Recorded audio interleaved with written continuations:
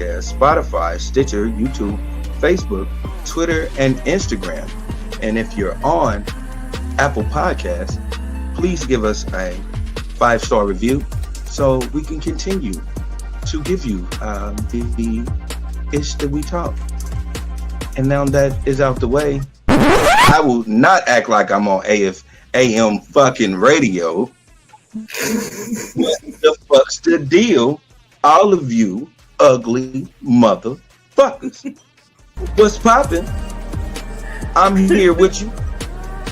We here together. We gonna make this shit pop. Lindsay, what the fuck is going on? My dog. Like, what will be a breaking point for you where you just like, you know what, I'm out? Yeah, so I was about to say this is where we ask the audience. Yeah. So you already said cheating, right? Yeah. Cheating. Okay. So Anybody you're not giving a pass or nothing like that. There ain't no way. That's no way. Do it once and do it twice. There ain't no way. You lose respect to yourself. So it's like if it's just cheating for her, like, so is it cheating for you the same way too? Yeah. So like if you cheat, do you feel like I need to leave this relationship? If I would ever cheat, I would leave you first. I would leave you first. You such a gentleman. I do what I do. You such a gentleman.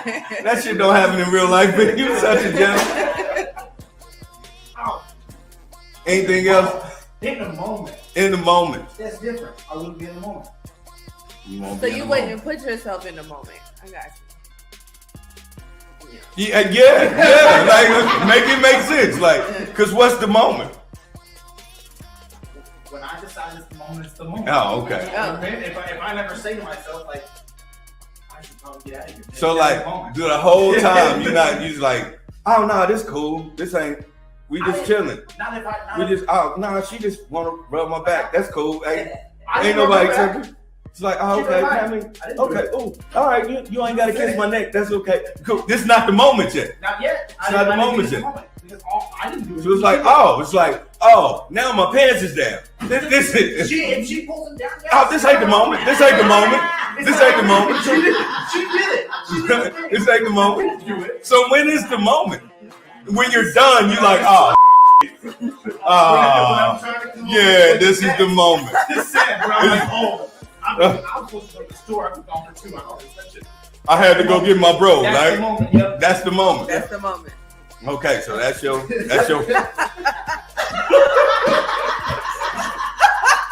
you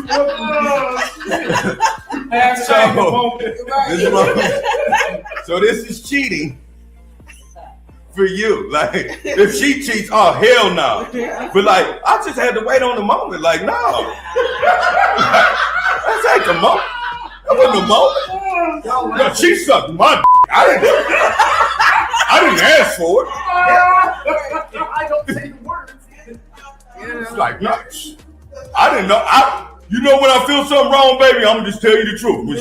When she was like, I was like, maybe it's time for me. Ain't no restaurateur gonna run up on Keith Lee. Let's just end that shit right there. Y'all talk a lot of shit, but y'all not about to run up on. Ain't nobody about to run up on him, slap no food out of his face, and tell him, bitch, what? Like, that's just not gonna happen to you in no way, shape, possible.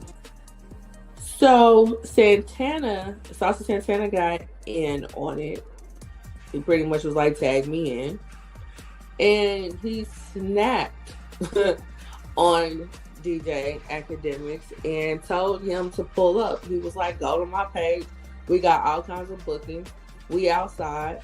Come pull up at one of the bookings, and I'll beat your motherfucking ass. Saucy Santana just doesn't look like the homosexual man that you gonna hit, and he look like that dude off of Low Down Dirty Shame. He ain't about to grab his face and be like, "Oh, Bernard, him, you slut, Bernard." He about to beat the dog shit out of you. Absolutely. And I'm laughing because it's gonna be so funny because you're gonna see a dude massively beating the shit out of a man with an open fist, and you gonna hear bitch.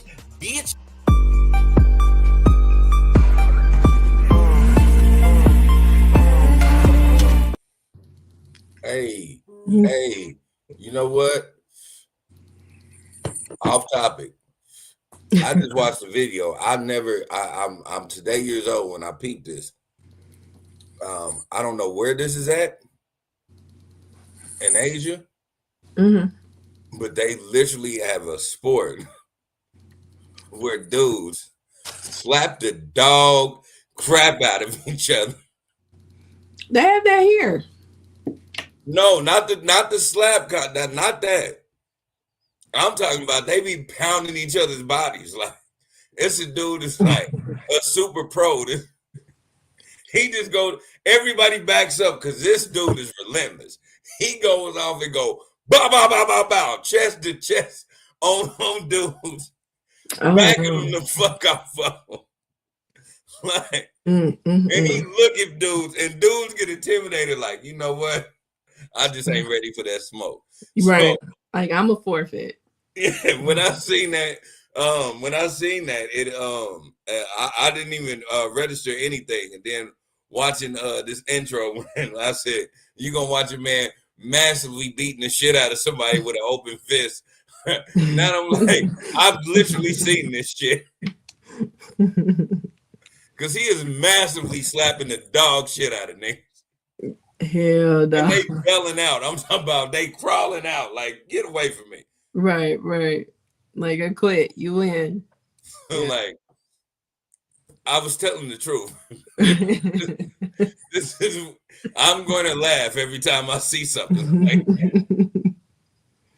Every time you go into a slap contest and a dude is just Floyd Mayweather your shit.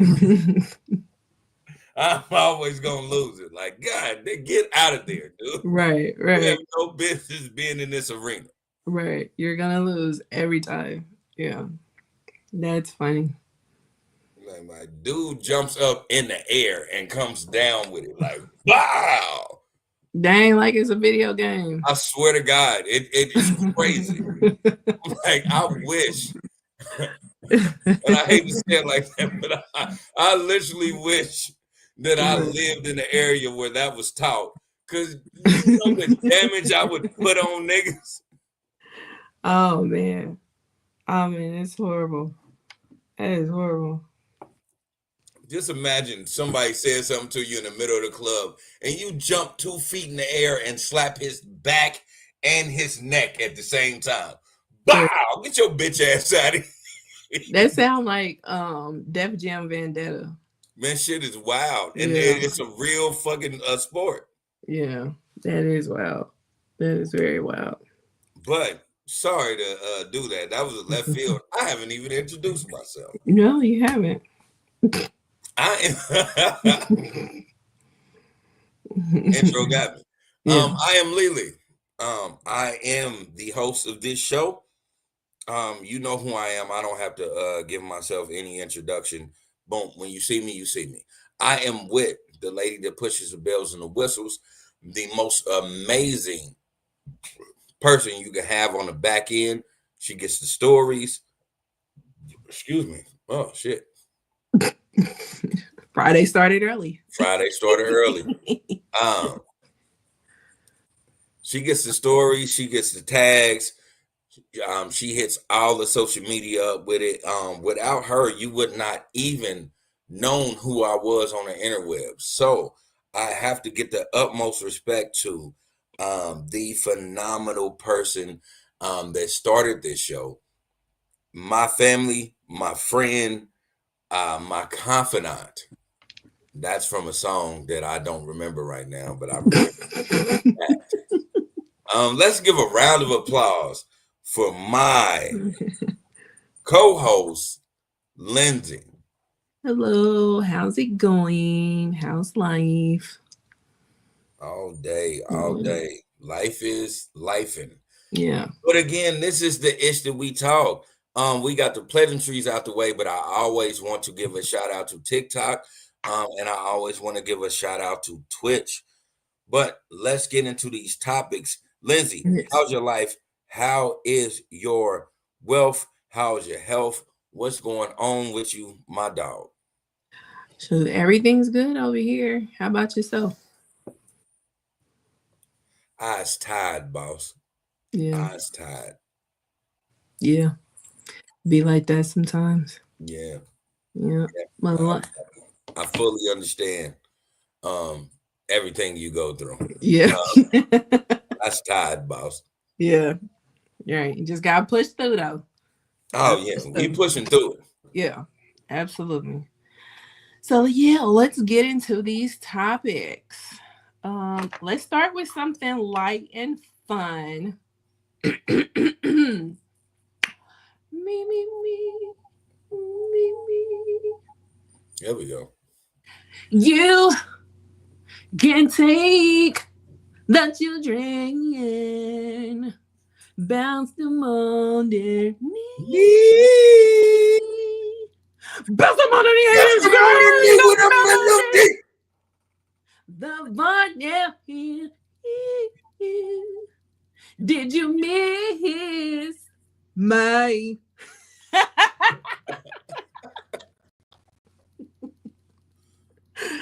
So, Martin, after almost 30 years from their last episode, is getting a spinoff. And it is Varnell Hill. BET Plus ordered it, and Tommy Davidson will be reprising his role as Varnell Hill. So, how you feel? You know what? I'm just gonna be totally honest. Mm-hmm. That concept is amazing. Yeah. Concept is amazing. Yeah. The only way I see it working is if they do an office type of scheme to it. Mm-hmm. If they don't, you're only gonna get 8 episodes, y'all. That's it. That's how. And it's no downplay to Martin Lawrence or Tommy Davidson. This is 2025. The way of the world is different, and so unless you do it like it's almost real time, like these are real people, if you try to put it in a sitcom form, it is going to fail. Yeah. That's one way to look at it.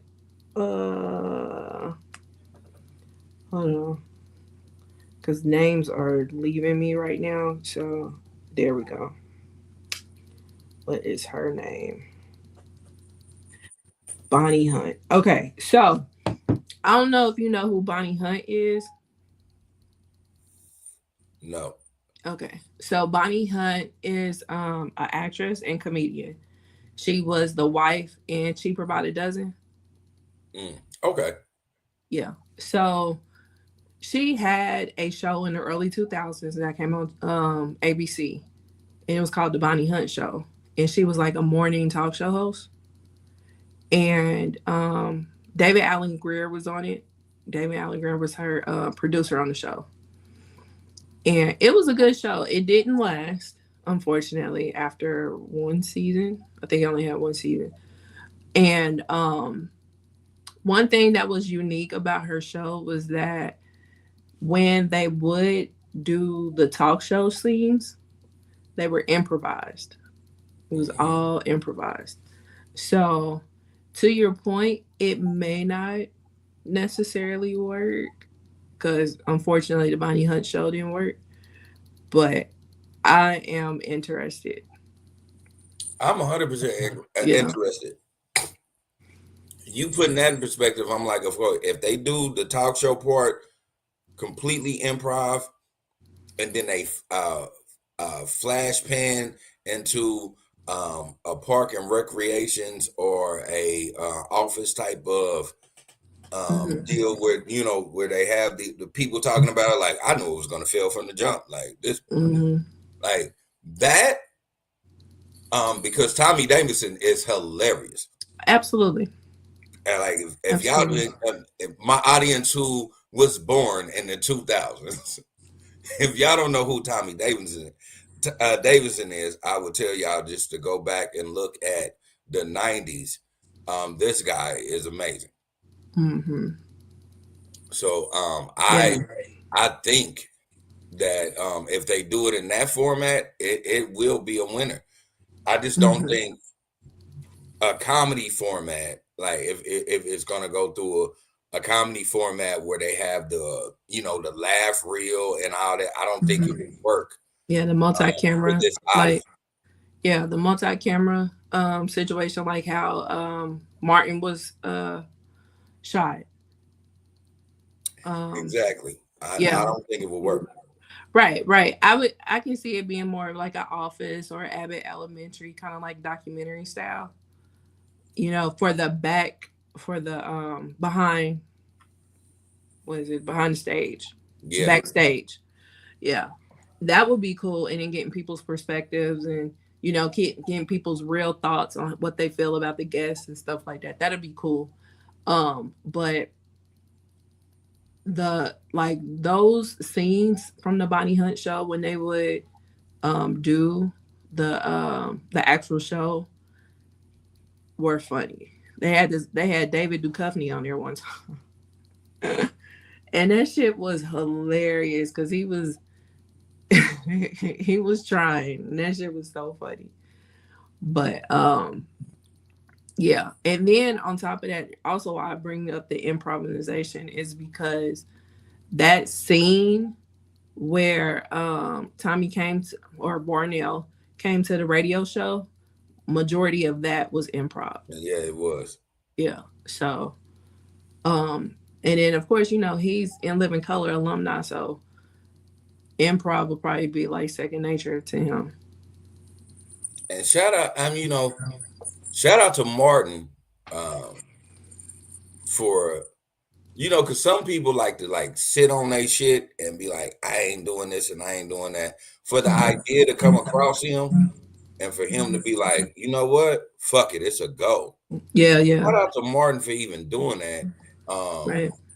Because, and again, it's no downplay to Tommy Davidson. Like I said, if you ever was privy to the 90s to watch him on In Living Color or watch him in movies or to even see a comedy his 30-minute set. Tommy Davidson is a funny dude. Yeah. Like, real shit, like a funny dude. And the reason why he's a real funny dude is because he has the unique ability to be a part of whatever the culture is. I happen to I watched his stand-up one time. He's one of those comics that he'll have a set, but he's one of them that he'll peep the city or the place he's in, and he'll have something funny about that too. So he's a great, unique comic. Yeah. He's also one of them comics that has established himself, and Varnell Hill is really a part of him. It has been plenty of comics that say, yeah, he will do you like Varnell Hill. He will say, yeah, you're doing a great job. Come out here and boom, I'll show you everything. And he will ghost the shit out of it. I think it's one of the reasons why whoever thought of this was like, no, this is this nigga for real. Right.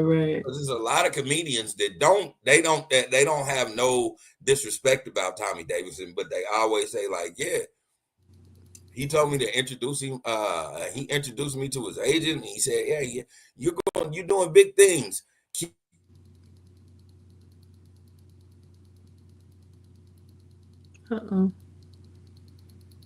Let's get back. We back at it. Okay. Yeah. But yeah, he's one of those individuals that'll be like, talk to this person, and people would think they got a shot, and then the agent will call like, no, that's just the type of time this nigga on. Right. He has not made a move for you at all. Right. So I think it's one of those things where I think that's an ongoing thing, and whatever atmosphere he's in, and they're like, you know what, let's capitalize off this because that's him in real life. Yeah. And there's no downplay to him. I just think he's so busy Sometimes he just don't get to people like he needs to. I don't Yeah. think he intentionally does that. Probably not. But it is what it is. But yeah, I'm definitely here for it. So can't wait for it to be on BET Plus so we can see what's going on. Cause when I tell you that is one of the funniest, one of the most iconic episodes for Martin, like, which was Now, so you loud. had it right the first time for Money and for Martin. Yeah.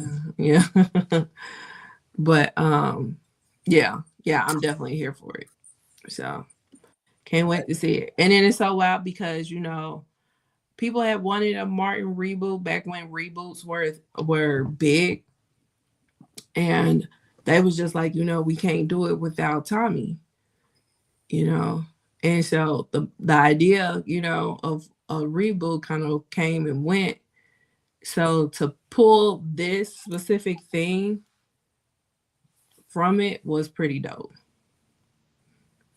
So And I'm glad you said that because and deep diving in this, I found out that they are really pushing forward to a Martin reboot.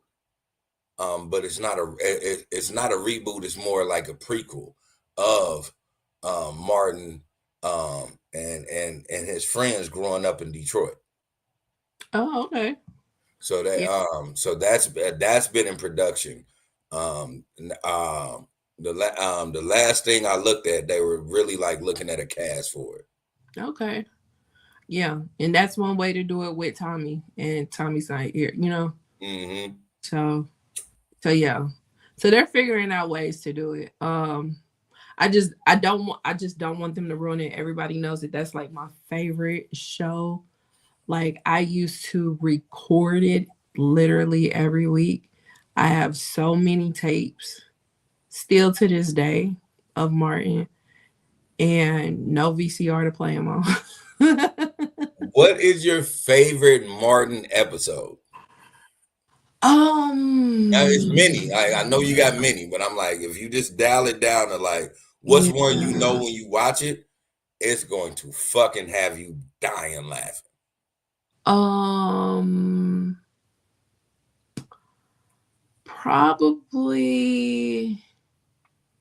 Probably the Christmas episode. Like, they got 3 Christmas episodes, but the Christmas episode when they were supposed to go to Philly to see her parents and they were stuck in the train station. That one, I laugh every time I watch it. Like, him rolling on the floor of Miss Jerry was ridiculous. Like, yeah. So, and then everybody loves the wedding. Yeah. And then also when it pretty much was exposed that Martin was a blabbermouth and told everybody business. Mm-hmm. That one was a good one too. So, what's your favorite?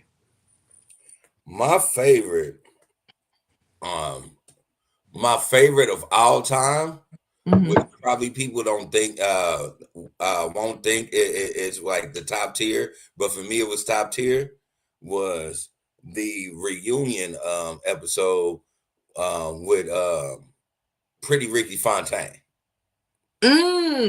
Yeah, that's a good one. That was my favorite one because that was so funny because for me it was funny because Martin still represented Gina like she was the finest thing in the room, but Gina was fucked up. Yeah.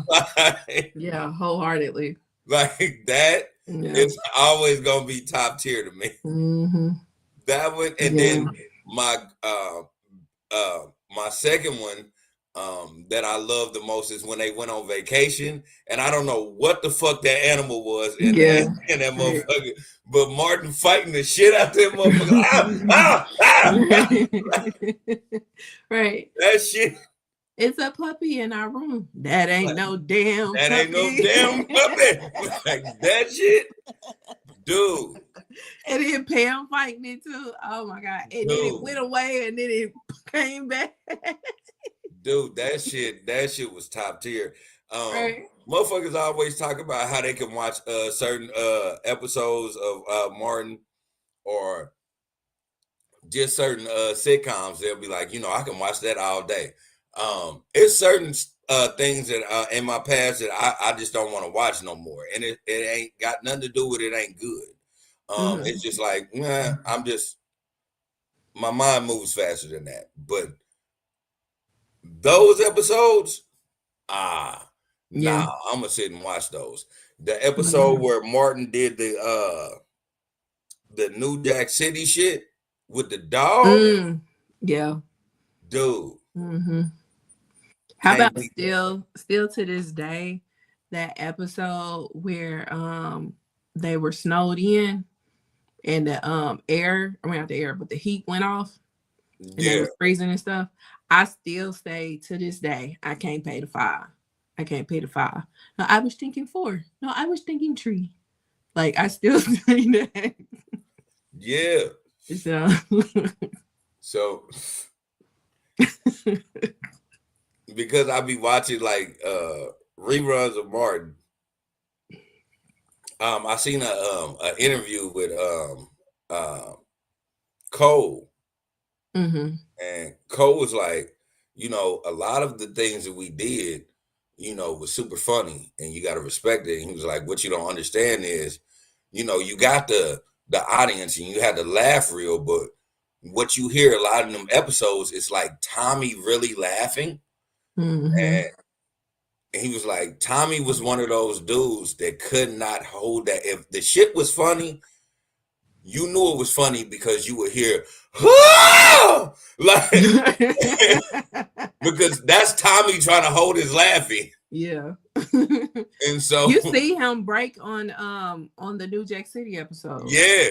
And so he was like, these are the things that if you ever had a laugh at watching Martin and you heard that ain't from the audience. That's literally this nigga in the back, right? Trying to hold that shit in. Yeah. And then you remember when they used to show the bloopers at the end? Yeah. Those were funny. Those were funny too. Like that one time when he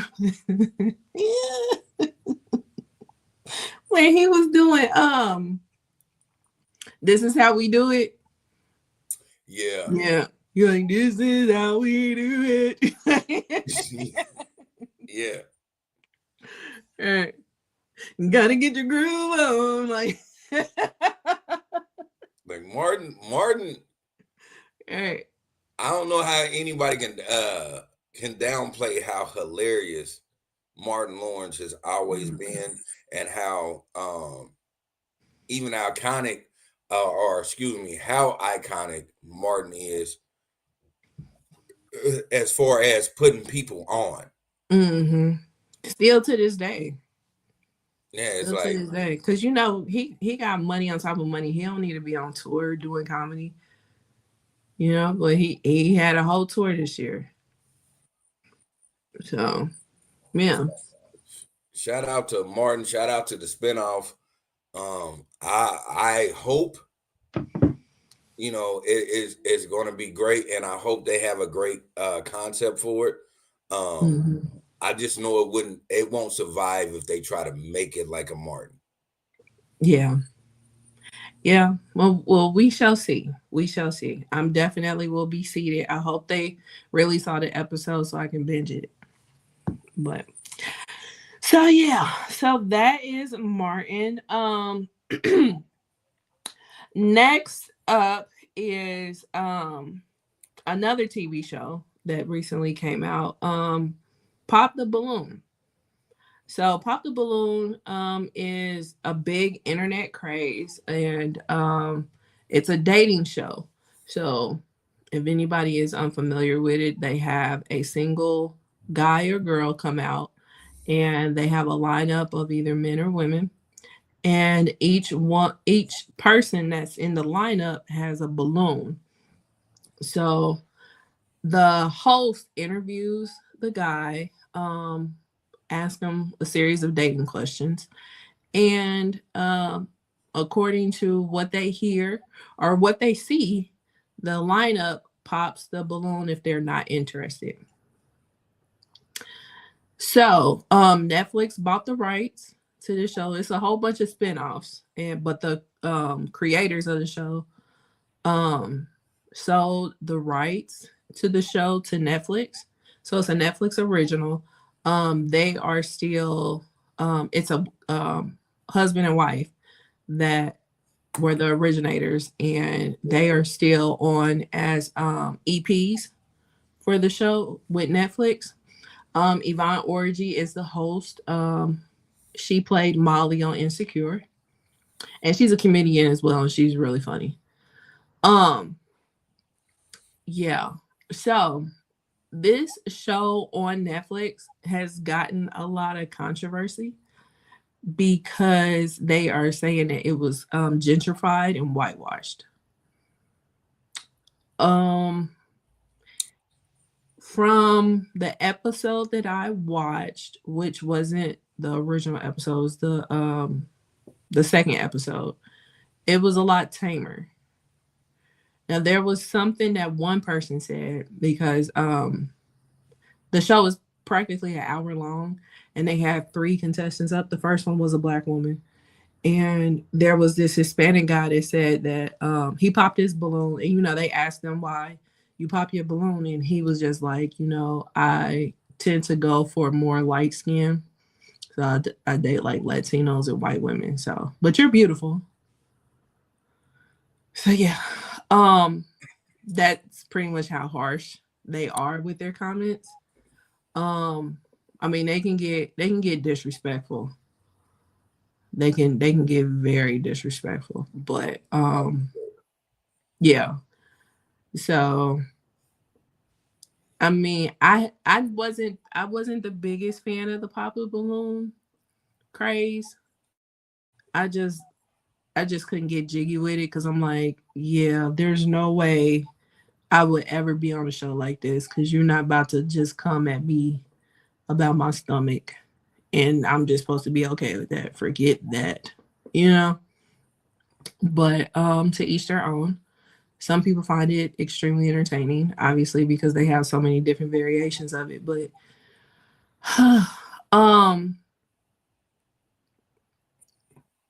I mean, with the whitewash and the gentrified, I can see where people are going with that because it is more eclectic of a selection. And but it's up to interpretation. Yeah, because it's the actual creators of it that are executive producers.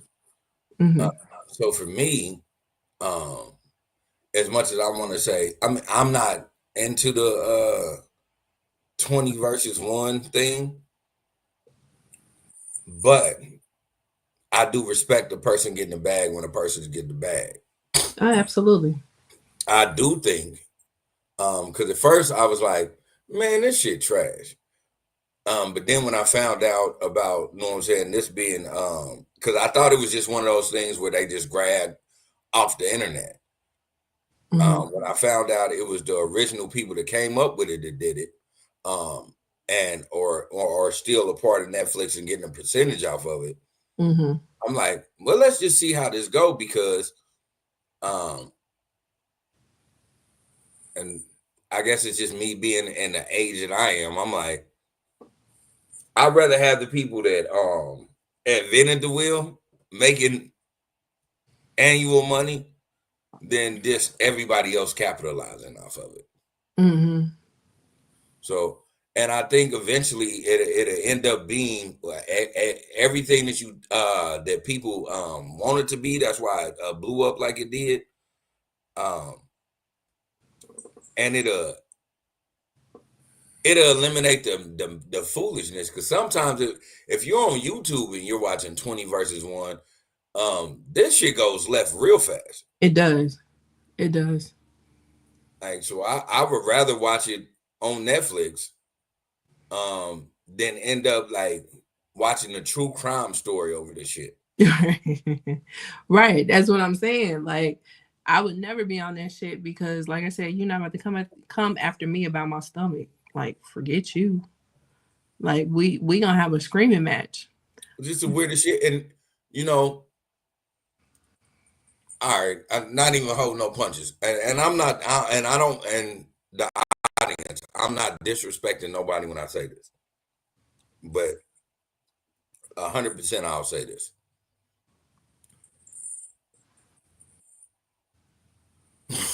The plumber guy, Yeah,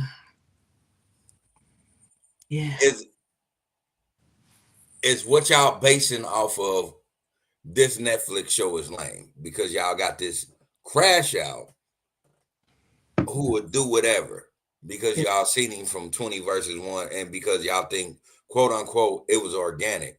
YouTube and the interwebs, they'll make anybody famous. This is the equivalent of you should have never gave niggas money. This guy is a problem. So I would rather it goes through a certain type of regime to even get on this show.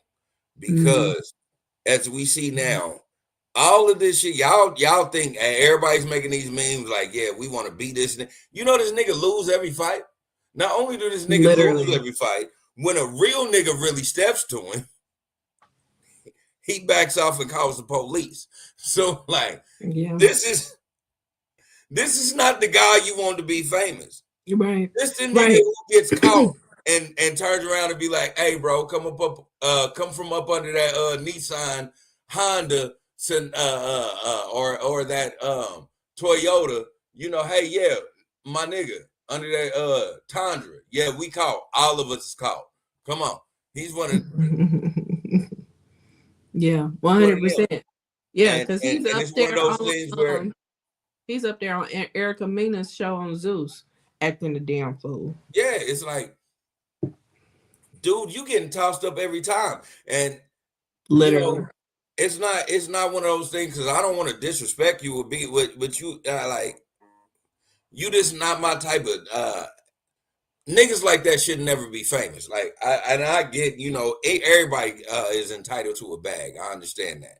But this is where that 20 versus 1 came to, where weird niggas like that get a bag. And it's okay. Like, go ahead and get your bag. But I get the creators of it saying, we're going to put it in a format where it is suitable for us. Right. And it's more palatable for a larger audience. So I get it. And then, Netflix ain't about to go for that downright disrespectful ass shit. You know what I'm saying? Yeah. Like, that shit'll get them canceled altogether. They ain't got I get, you let the internet make you famous and then you go get a bag somewhere else. The thing about that is, I hope that it doesn't stop anybody from doing any 20 versus 1. But for a different demographic and a different audience, I hope that 20 versus 1 continues to do what it's doing, because you do have, like, their whole intentions was to really find somebody that knows, or not find somebody for somebody, but like really get people in the dating game with certain shit. Yeah. So I hope it works. I'm not one of those people that's gonna hate and say it's whitewashed or it's played. Why? Nah, I'm not gonna do that. I hope they actually do what their intentions was with 20 versus 1. Yeah. Yeah. I mean, when I watched it, I didn't see nothing bad. It's just those, like I said, I wasn't that big of a fan of the original, so I'm not that invested. But I'm not mad at it either. You know what I'm saying? Like, it makes sense for it to be tamer. Like, if you want that hard shit, go back to YouTube and watch exactly. Like, So Tohi is watching and she says, hey, Ish Talkers, just getting home from work. Hope y'all good.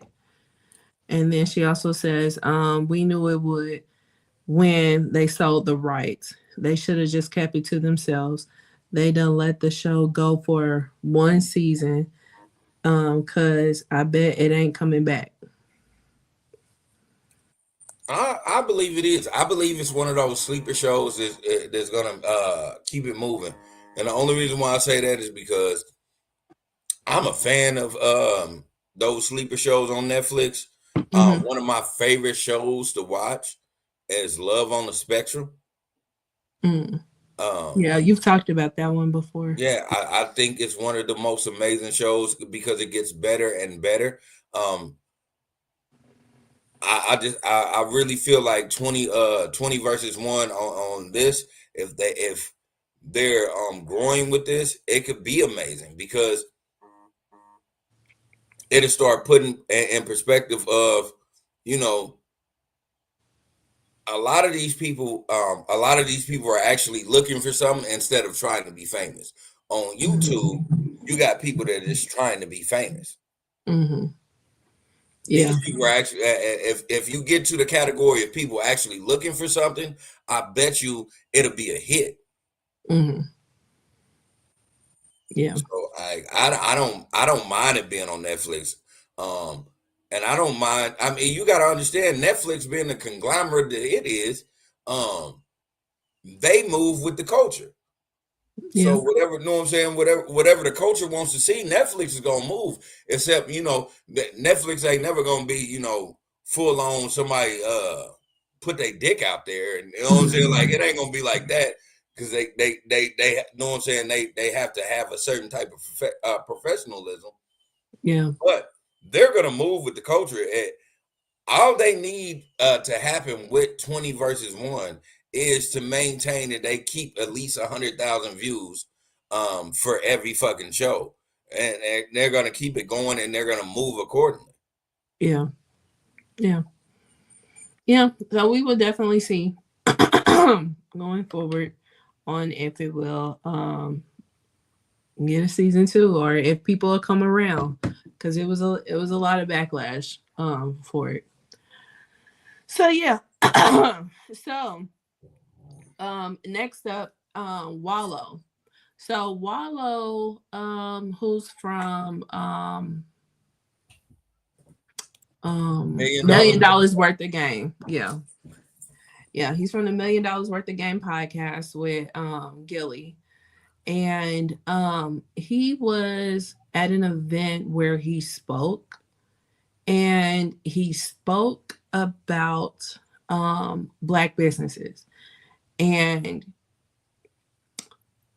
basically what he was saying was that I'm not going to patronize just because you're Black. Like, people try to lead with that, and the service be horrible, the product be subpar, the price be like astronomical.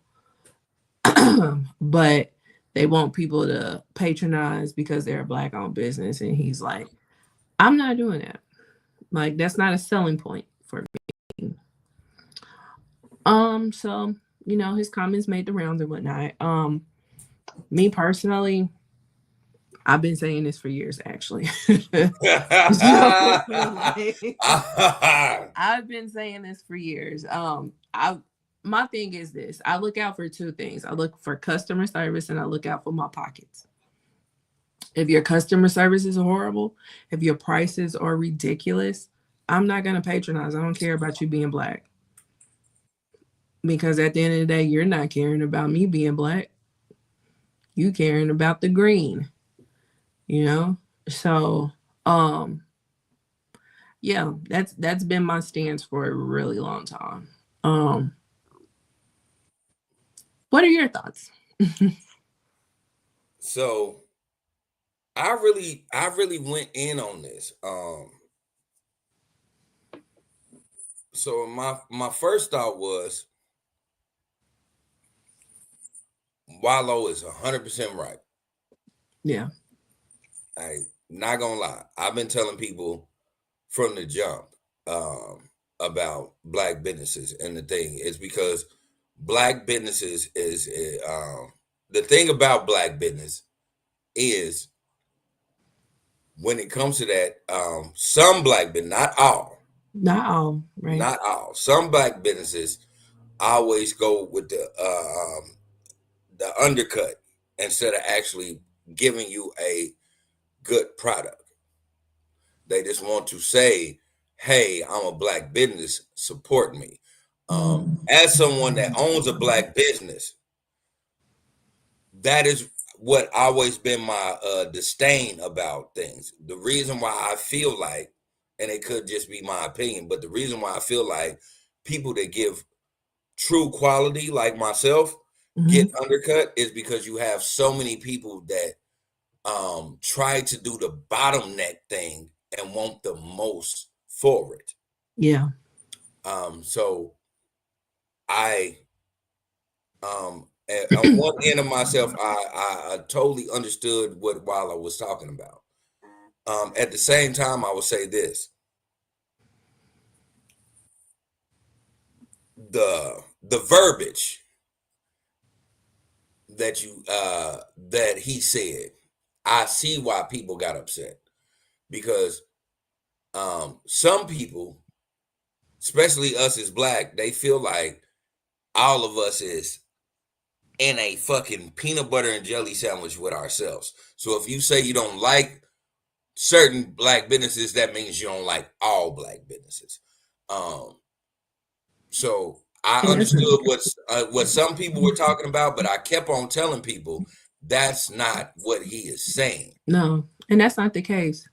So I think it's one of those things where, and I could be wrong, and that's okay. But I think it's the more people that are giving backlash to him, because not all people that gave him backlash were shiesty, but I think the majority of people that were giving him backlash is because you started off in shiesty business. Now, with the people who do great business that had a problem with it, was that it was on the point that I was on. Like, when you do that in front of a bunch of black people who want to have businesses, the verbiage has to be different. For instance, I can say, hey man, every last one of y'all is fucking up and ain't none of y'all gonna make $1 million. And that sounds very harsh. And 70% of those people are going to just stop doing it because I told them that. But then I can turn around and say, hey, I noticed that some of us, not the majority, but some of us has been under average, and all of us need to come up in order for every last one of us to make it. That changes the whole dynamic. It's the very same thing, but it's the way you say it. Right. He wasn't necessarily speaking positive or speaking life into these people, because he should have been like, be like, we already got a stigma on black businesses, be the difference, be better, so, and he wasn't doing that. He wasn't. But see, but I get his frustration, because it is a frustration. I'm the type of person that I have no problem with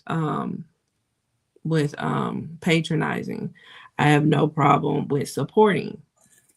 I remember when you first started your clothing line, I was like, let me get that hoodie. You know what I'm saying? Right. Like, I have no problem with supporting, but if and that our hoodies interaction have gotten 100% better, by the way. You said what? Our hoodies has got 100% better, by the way. Yeah.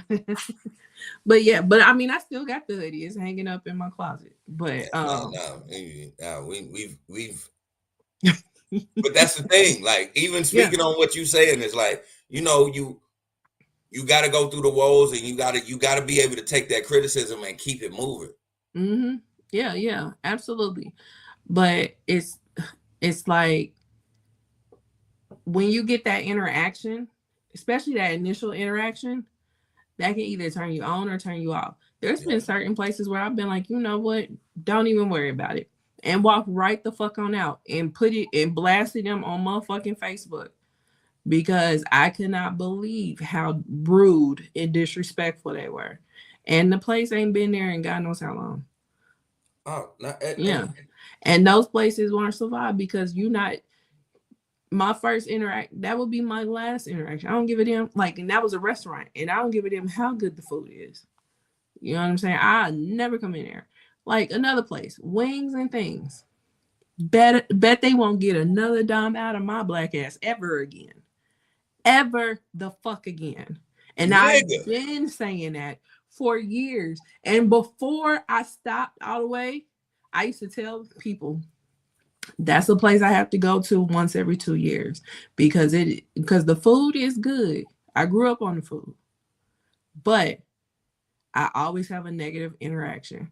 And that last negative interaction was my last time ever. Every time it gets brought up, I say, fuck them.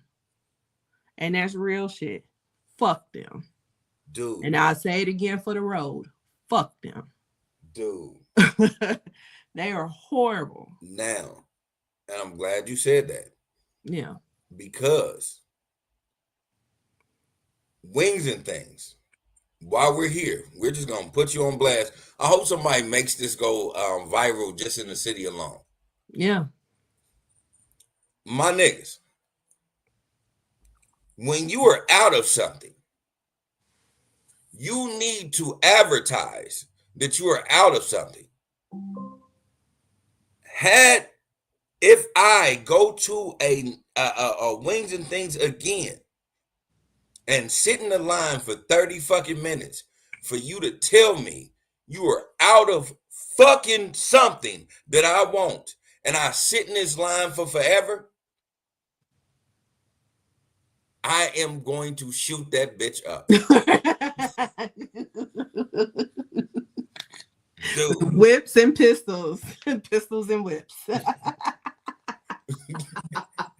You took the words right out of my mouth. Whips and pistols. Pistols and whips, bitch. Like, dude. The last interaction I ever had with Wings and Things, and this was 2 years ago, so me and you on the same level. Yeah. I sit there for 45 fucking minutes. Sitting that long ass line. Mm-hmm. Got to there. Their fish, amazing. Ordered the fish, ordered the motherfucking wings. They don't have no fish, nor do they have the sauce of the wings that I want. Oh, shit. What the fuck if I sit? You know what I could have did with 45 minutes of my fucking time? Okay. Not sitting that dumbass line. Are you crazy? Mm-hmm. Are you out of your rabbit ass mind? You ain't got nobody that can just post, we don't have, out of this. I'm not telling y'all to like get on camera and say the shit. I'm telling you that when you see this line that's 2 blocks long, somebody by the time you get to the grass of your spot, that's what I'm saying, needs to say what y'all don't have. Right. Y'all could post a sign right there on the corner of when you get into the parking lot. Because one of your main staples says good food takes time. That's why niggas wait for it. Because it is good food. So while you're taking time doing this, that nigga at the cash register should be saying, we have no more this, no more that, and posting this shit. Yeah. That's it. So I won't waste my fucking time. Yeah. How hard is that? But their customer service is so bad, they don't give a fuck. Like, y'all gonna wait. No, so no. I'm not waiting for shit. I'm not waiting for nothing. They can kiss my ass. I'll go down there to the white folks at Go Chicken Go and get them my money. Dude, I'm talking about. Right. So and so this is the thing in a nutshell. I tell people all the time, I would rather wait an hour at Poncho's than to wait 15 fucking minutes at Wings and Things. Just because you know what Ponchos never have done to me? Tell me I ain't got it. I don't know what underground movement they got going on, but if the line is packed 3 blocks long, I still am gonna get the order that I fucking wanted. Right. Absolutely. Absolutely. They full of shit at Wings and Things, so fuck them. Fuck. No. I'm not gonna do that. I almost went into my fields and been on you. But people that love me the most, they know how I feel about Wings and Things. Yeah. But fuck them. I'm saying it. Fuck them. But back to what Wallo was saying. This is the whole thing in a nutshell. Wallo was saying these type of businesses don't deserve your fucking money. Basically. And they don't. They don't. He's not shooting down all black businesses. Mm-hmm. He wants you to strive for excellence. Period. Dot. And for you to look at that, for people to say Wallo is canceled, these are the people that do backdoor schemes on trying to be in business. I've never done a backdoor scheme when it came to business. I have lost thousands of dollars trying to make sure that the product that I give to people is the best product that they're going to get. I'm going to give you the same quality that Nike gives you, that Polo gives you, because I've strived for that and I've lost money trying to look for it. Mm-hmm. And I'm not saying that everybody's supposed to do that, but in the grand scheme of things, you're supposed to show adequate when it comes to being a part of a business. Yeah. Because that is a part of professionalism. Yeah. You can't just go in there and half-ass it and then expect people to fuck with you because you black. My nigga, you know how many white people don't fuck with white people because they business is shabby. Mm-hmm. Let's not fault Wallo for telling us the truth when white folks will ruin your fucking career for the same fucking thing. Wallo just giving you a heads up. White people will make sure you never go to that bitch again. Yeah, absolutely. Let's just keep it a total beam with it. Yeah. Wallo's just, and again, it's the verbiage. Mm-hmm. So, but at the same time, this is the same thing I tell my woman. I love her to death, but my woman has grown up in a demographic that wasn't mine, and so she don't know when she needs a little sugar with the truth. Mm-hmm. I grew up where ain't no sugar in the truth. If that bitch is bitter, that bitch is bitter. Learn from it. Mm-hmm. And that's how Wallo grew. That nigga grew up in Philly. Y'all need to stop acting like Wallo was corny. Wallo will slap the shit out of one of you niggas y'all run up on it. Right. That nigga did a bid. So like this nigga did a 20-year bid in the feds. You think somebody about to run up on Wallo and be like, you bitch ass nigga, you ruined my career. That nigga will beat the dog shit out of you. Mm-mm. Bro, you know how much fucking PTSD that nigga gonna go on if you run up on him like that, you fuck around and bite your fucking face off. Mm-hmm. He telling you the truth. Yeah. Right. Right. But just strive to do better. Because a lot of people was like, he tried to big up white businesses. No. He just said what he gonna spend his money on. Yeah. And he spends his money on quality. The businesses that he named, yes, they were white, but they're quality. Yeah. And I'm 100% say this. I'll be on the same page as if I had the money that Wallo had. And the majority of you niggas would too. So y'all can stop that shit right now. If you had the money that Wallo made, you definitely are going to go to Mercedes instead of going to New Auto and getting the same fucking car. So suck my dick with that bullshit y'all talking about. If Wallo goes to Mercedes right now and go gets a motherfucking 2008 C-Class, he does it because it's quality in there. He would rather do that than go to New Auto and get the same car with no quality and no maintenance check. That's what he's telling y'all. Right. Because Mercedes they're not gonna put nothing on their lot that's bullshit. But New Auto, they putting everything on the lot that's bullshit because they probably got a deal for the bullshit, and they'll probably charge you the same amount for that bullshit that Mercedes will charge you. Exactly. It's like you gotta know, you gotta understand what he's saying, and people have to grow up, and everybody has to understand that they're giving you the bad vibe with Wallo or only doing it for clickbait. Mm-hmm. They are on the same page that Wallo's on. They Yeah, just won't in tell real you. life. Mm-hmm. Yep, absolutely.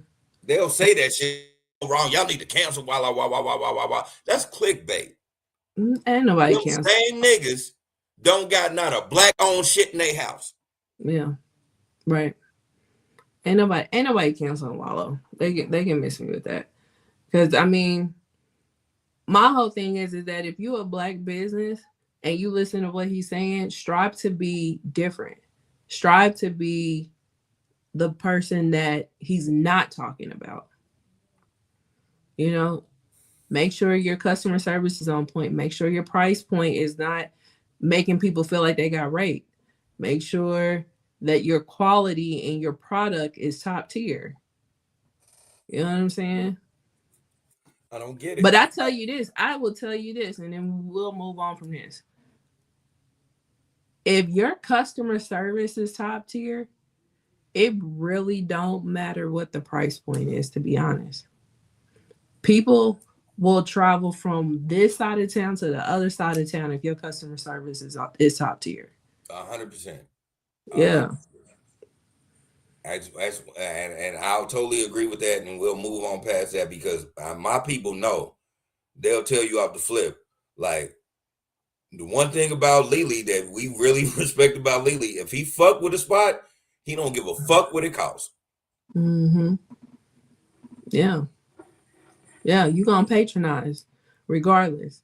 You know what I'm saying? Because you're paying for more than just the service. You know what I'm saying? Yeah. You're paying for the atmosphere, you're paying for the customer service, you're paying for the experience. You know? And that goes a long way. It does. Why you think one of the reasons why Chick-fil-A be having lines wrapped around the corner?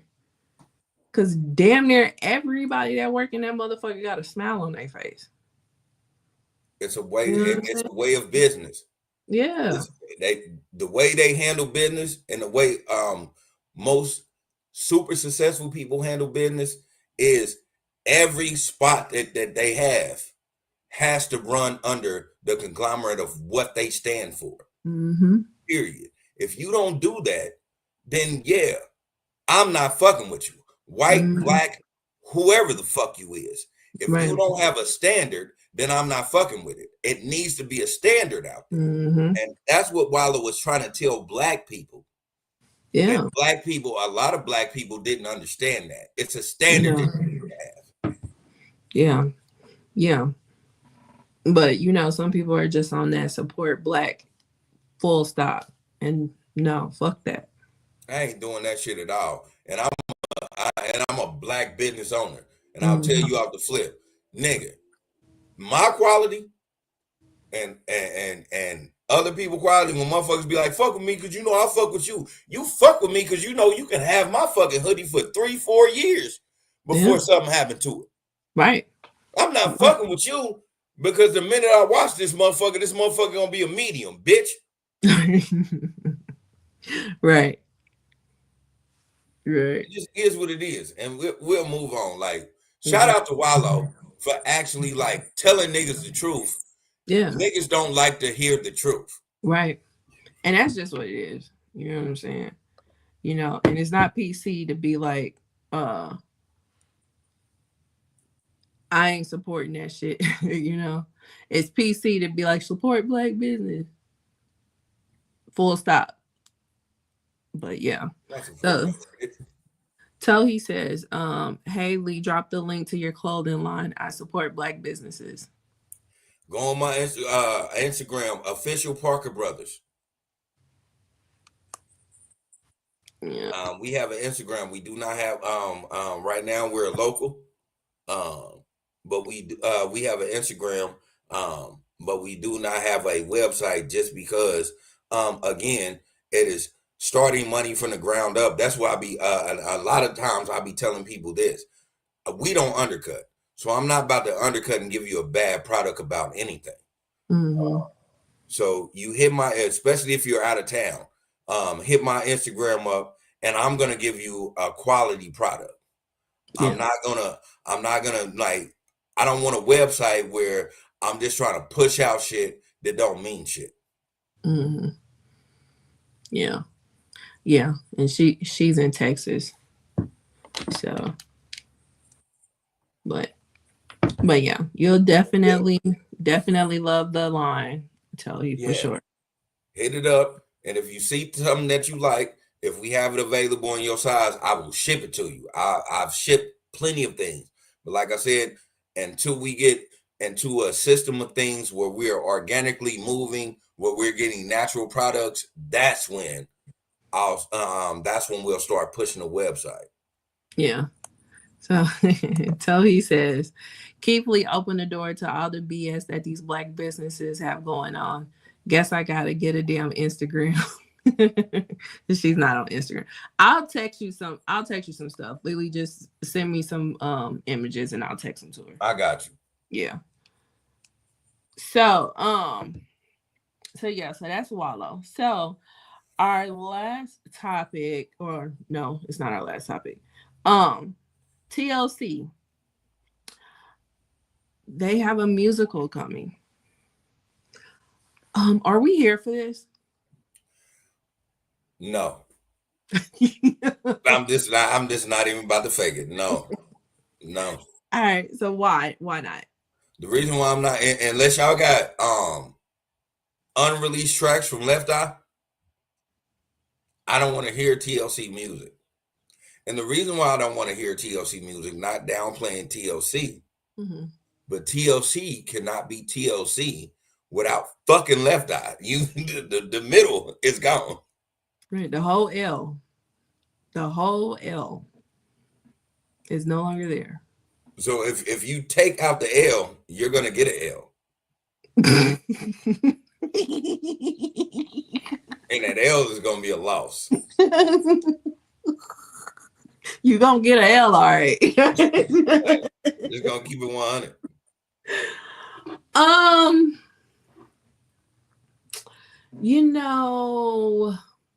TLC made some iconic music. They really did. They really did. But a musical? Yeah, I don't know. I think it's coming. I think I need to see the reviews on it first before it's a hard no or a hard yes. Because I just really don't know, Just really don't know. So he says, no, it should have stopped at the movie, which I still haven't seen. Wow. The movie's good. The movie is really good. I think a play like they did with Set It Off and Two Can Play That Game would be nice. You know what? I saw a clip of the play for Set It Off when Cleo died. And the Brat was playing Cleo. And that was the funniest shit in America, for all the wrong reasons. Yeah, it was the most horrible scene. Yeah, like, because not the fact that you getting shot up and you closing the door in the midst of you being shot. But I digress. Yeah, that shit was horrible. Like, yeah. Cleo's death, and shout out to Queen Latifah. That was the most traumatic scene that you can ever have. Yeah. Also, the hardest scene that a woman could ever have, because standing her ground getting hit like that it was a boss move. Yeah. Because they lit that bitch up. They lit that bitch up like the 4th of July. Yeah, they did. And she, nigga, her Her elbows on that top of the car, Right. taking that shit was gangster. Yeah. Oh, woo. Bless her heart. But bless her heart. but yeah, I would have to see the reviews first to see if this is something that I'm here for or not. Because I just really don't know how a TLC musical would be. Like, is this supposed to be like a biopic, or is this supposed to be like a story with TLC's music as a soundtrack? Like, and I don't know. Left Eye is not here. The guy who's supposed to be left out. Now the movie, 100% great. Yeah, Lil Mama did her thing. Lil Mama did her thing, and the reason why Lil Mama did her thing is because Lil Mama did her research. Yeah. I don't think, and I could be wrong. Everybody's wrong. That's just my opinion. I don't think they're gonna try to forge that into a musical because it's a musical. I'm not into musicals. Mm-hmm. And I don't want to. I don't want to see a dramatic scene and somebody make a brand new song in the middle of it. Yeah, and then that's another thing too, because they didn't have the rights to all the songs in the movie. So it was like this one song that they just kept playing over and over again. It was like, damn. So I wonder, do they finally have the rights now? Or what? So I don't know. Well, it's past the they always, I think it's what is it, 10 years? So they pass 10 or 20 years where they pass the mark where they can just remake songs. Yeah, I think But again, that's what I'm saying. You remaking songs without Left Eye. Yeah, that's true. That's true. Tohi says, that movie was the shit, and watching Queen Latifah kiss that girl at a young age. LOL, I never saw her the same way after that. A lot of people didn't. She was forever Cleo after that. So yeah. Well, she kissed her with truth. Like, like that's the thing. I guess in the 90s, like we were trying to like hide that you can be like a dominant black individual but also be gay, because she did it, but she kissed her with truth. She kissed her with real passion. Mm-hmm. She because really did. That's what she liked to do, Yeah, and she was dating men back then. Yeah, and she was hiding herself the whole time. Mm-hmm. She said Cleo is her last night. Yeah. Man, she wanted to suck the dog shit out that lady pussy. I get vulgar, but I tell the truth. Queen Latifah was probably like, go back to my dressing room. The chick that she was kissing definitely looked like she fucked bitches. Yeah, it's probably how she got casted. Man. She gave that look. Queen Latifah probably spotted her from the crowd like, nah, she fucked bitches. Yeah. Yeah. Or we have to have representation. Because it's a whole ordeal. You either fuck bitches or you get fucked by bitches, and you a chick. It just is what it is. Queen Latifah peeped that shit from a mile away. She knew she was gonna strap her in the trailer. Lord have mercy. All right, so top 5 musicals. Musical biopics. Biopics, yeah. Yeah, musical biopics that you would want to see. Musical biopics? Yeah, I said musical biopics. Bet. Musical biopics I would love to see. Mm-hmm. Top tier. I've said this before. It's always going to be number 1 on my board. I've said this plenty of times on this podcast. Sam Cooke. You said Sam Cooke? Yep. Okay. That's my number 1 top tier. Yeah. Everybody else, I'll do this. Musical biopic.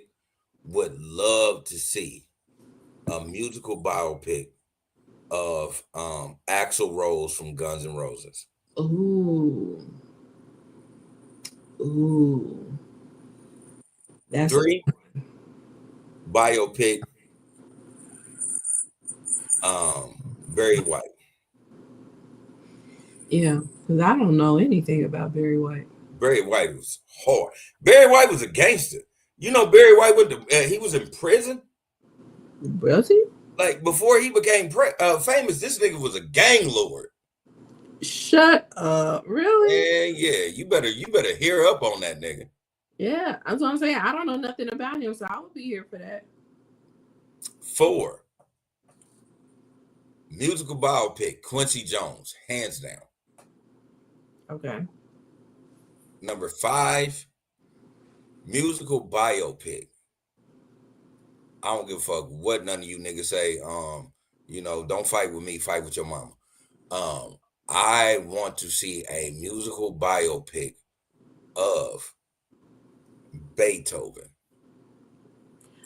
We kind of already got that with Amadeus. Nah, that ain't that. Okay. That ain't that. I want to see 2025 or beyond version where they don't try to like sugarcoat it to make people seem like Feel better. Yeah, I want like a real version. Now, Okay. honorable mention, biopic, Keith Sweat. Yeah. As much as I love Keith Sweat and has been a fan of his since I was yay high, outside of him having kids, I don't know nothing about him. And coming from New York, that's it. I think I just Googled him when I saw him on Coach Prom's show he got on Tubi. Yeah. And I saw that like he worked in finance. Like he was working like on Wall Street before he became a singer. I thought that was pretty interesting. Yeah. And so other than that, I don't know nothing. So, my last honorable mention, and it's no downplay to women. So before y'all get on there and be like, yeah, why is a woman honorable mention? She should have been in the top. My last honorable mention is going to be Dionne Warwick. Yes. And they've been talking about that because they keep saying Tiana Taylor should play her. And I agree. Their resemblance is uncanny. Mm-hmm. Yeah. So, and I want them to do it before, so yeah, they need to get on that. So my top 5, and mine are in no order. First one is T.I. Nice. Yeah. Second one is Bone Thugs. Of course. I knew that was coming. I didn't know where it was going to be at, but I knew that was coming. But the thing is that they have such a unique story that I would rather it be a series. Yeah. Like kind of like how Bone Thugs, I want a series. Yeah. Kind of like how Wu-Tang had the series. Yep. Now, if they do a series, don't fuck it up at the end like Wu-Tang did. Exactly. They fucked that. I didn't even finish it. It was so bad. And I loved that series. But I could not finish it. It was horrible. But anyway, I digress. The third one, Escape. Ooh. I need to see that. It's a lot of shit behind the scenes with Escape. Number 4, Jodeci. Nice. Yeah. Nice. And then number 5, Mary J. Blige. I knew Mary J. I knew Mary was coming from you. Yeah. Two things I knew. It was Mary J. and Bone Thugs. I knew was coming from you. Yeah. My two faves. Yeah. That's why I was like, that's why I didn't put them in my top 5. Yeah. You went old school. I went semi old school. So he says they should do the Isley Brothers. And I thought Andre 3000 was gonna do one with Jimi Hendrix. He did do one with Jimi Hendrix. It's on Netflix. I just saw. And it's not good. And it's not. And it has nothing to do with Andre 3000. It has everything to do about the writing.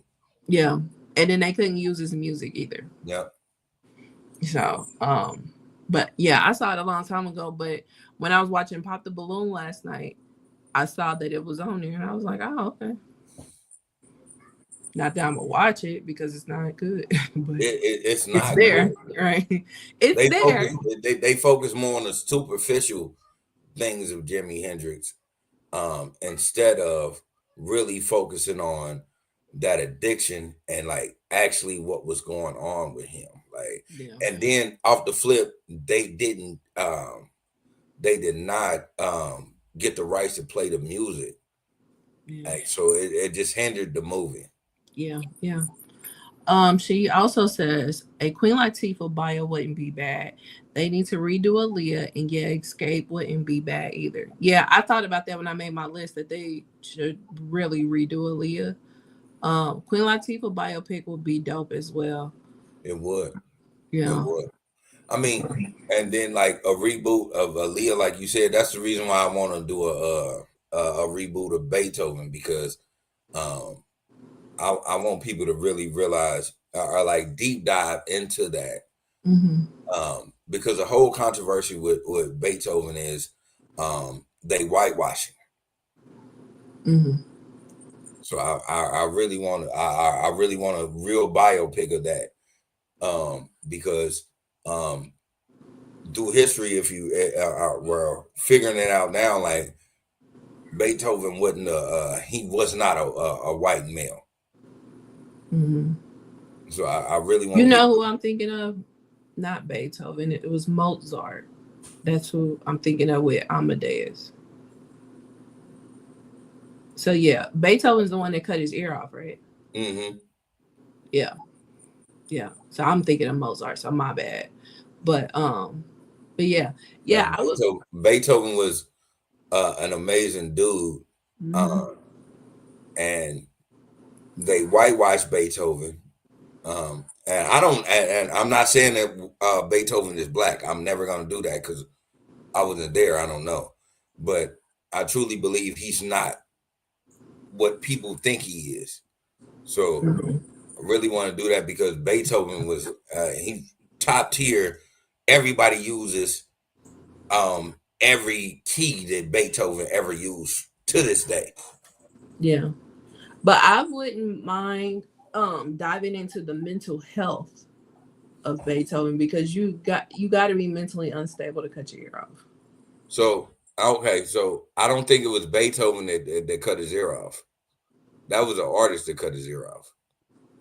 I thought I've always been told that he cut his own. It wasn't Beethoven. It was somebody else, and it was an artist that cut his ear off. So who the fuck? What? Hey, we need a biopic because I need to know why his ear was cut off. That was an artist, and Today was a hater. I forget what who the artist is, and I'll probably have to text you and we'll talk about it on the next podcast. But yeah, it was an artist. It was a true artist that cut his ear off. Like he was amazing, and I think it was for symmetrical purposes. But I have to make sure that I'm correct because I don't want to just be out here like I'm giving people the wrong information. Could you imagine? With no anesthesia and nothing wrong with your ear. Yeah. And that motherfucker just gone. Yeah, you just cut it off. For aesthetics of trying to figure out the facial, the face. Like he cut his own ear off to like really figure out the aesthetics of a face.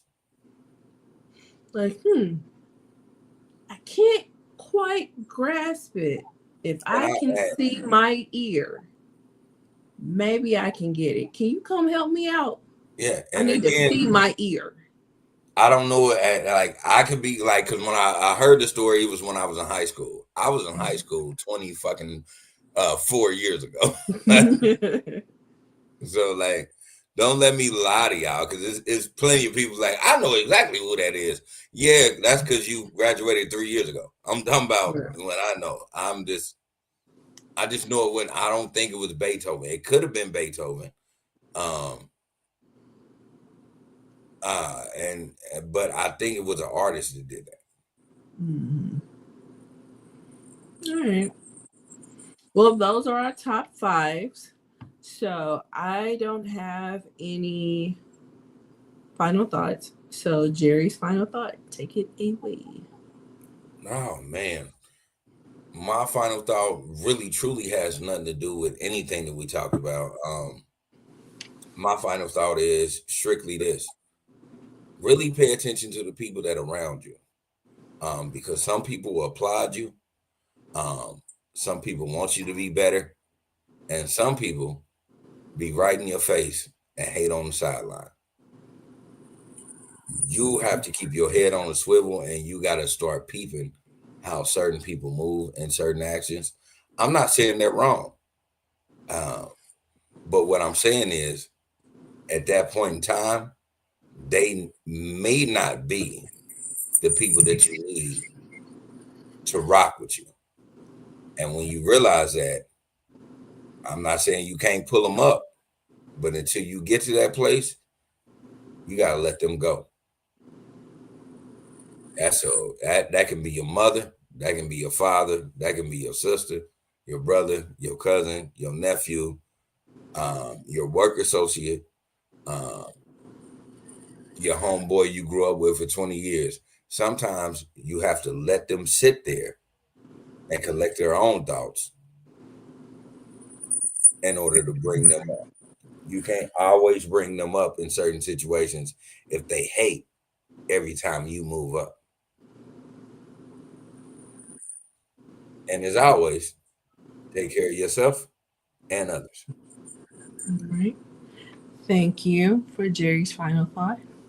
And this was episode 156 of the Ish We Talk, and we will see you guys for 157. Bye. Exactly.